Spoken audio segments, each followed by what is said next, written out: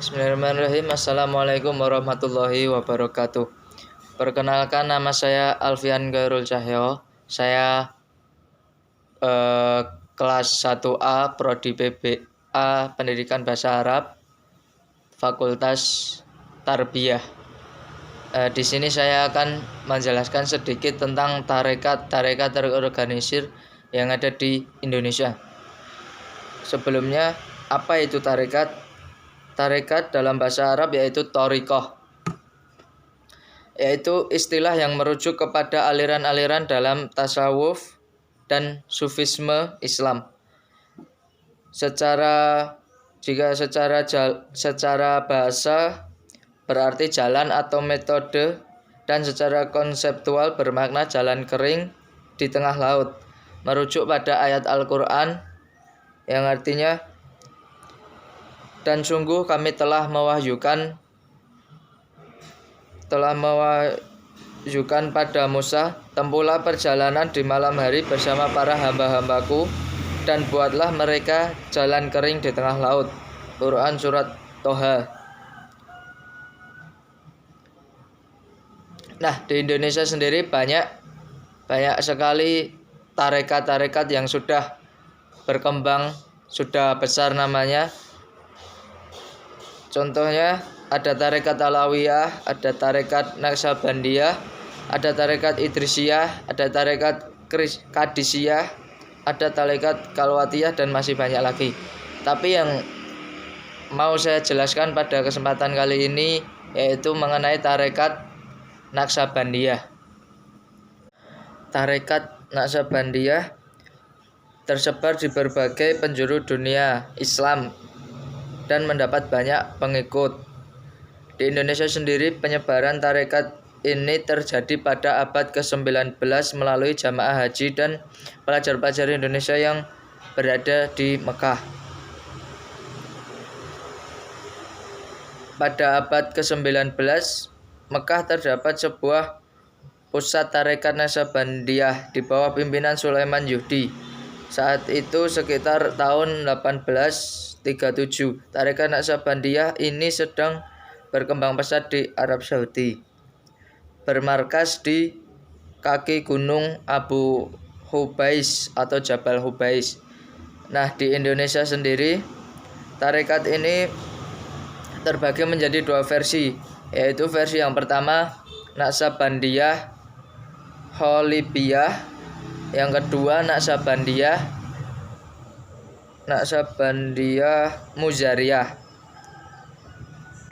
Tarekat Naksabandiyah Kholibiyah berkembang luas di wilayah Sumatera, sementara tarekat Naksabandiyah Muzariyah berkembang di wilayah luar Sumatera.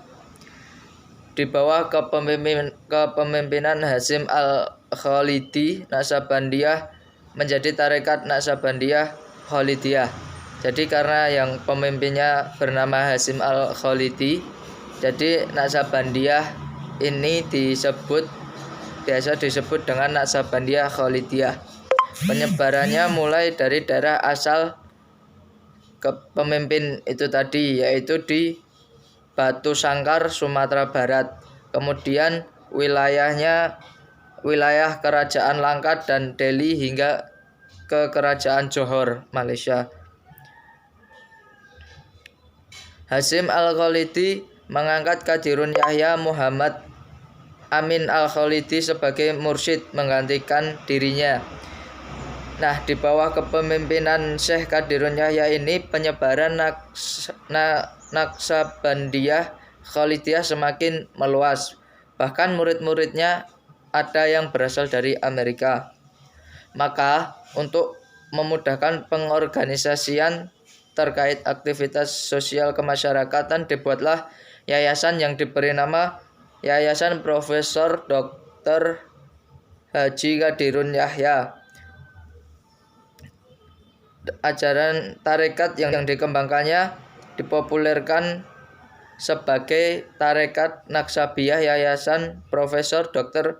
Haji Qadirun Yahya.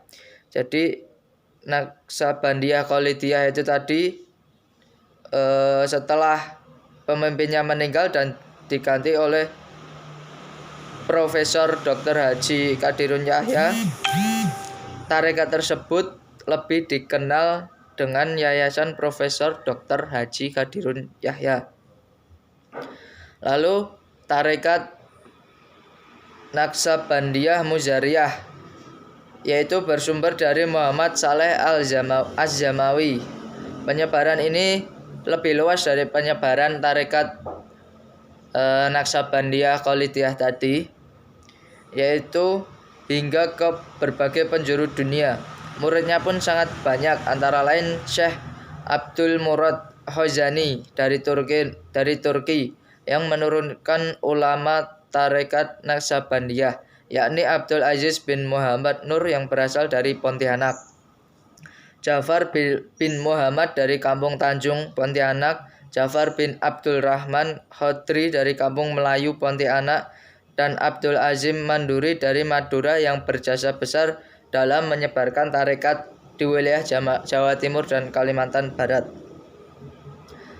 Jadi itu tadi sedikit penjelasan tarekat, pengertian tarekat dan sejarah tarekat Naqsabandiyah, Khalidiyah, dan Muzariyah.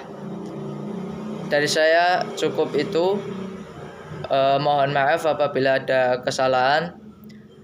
Cukup sekian, akhirul kalam. Wassalamualaikum warahmatullahi wabarakatuh.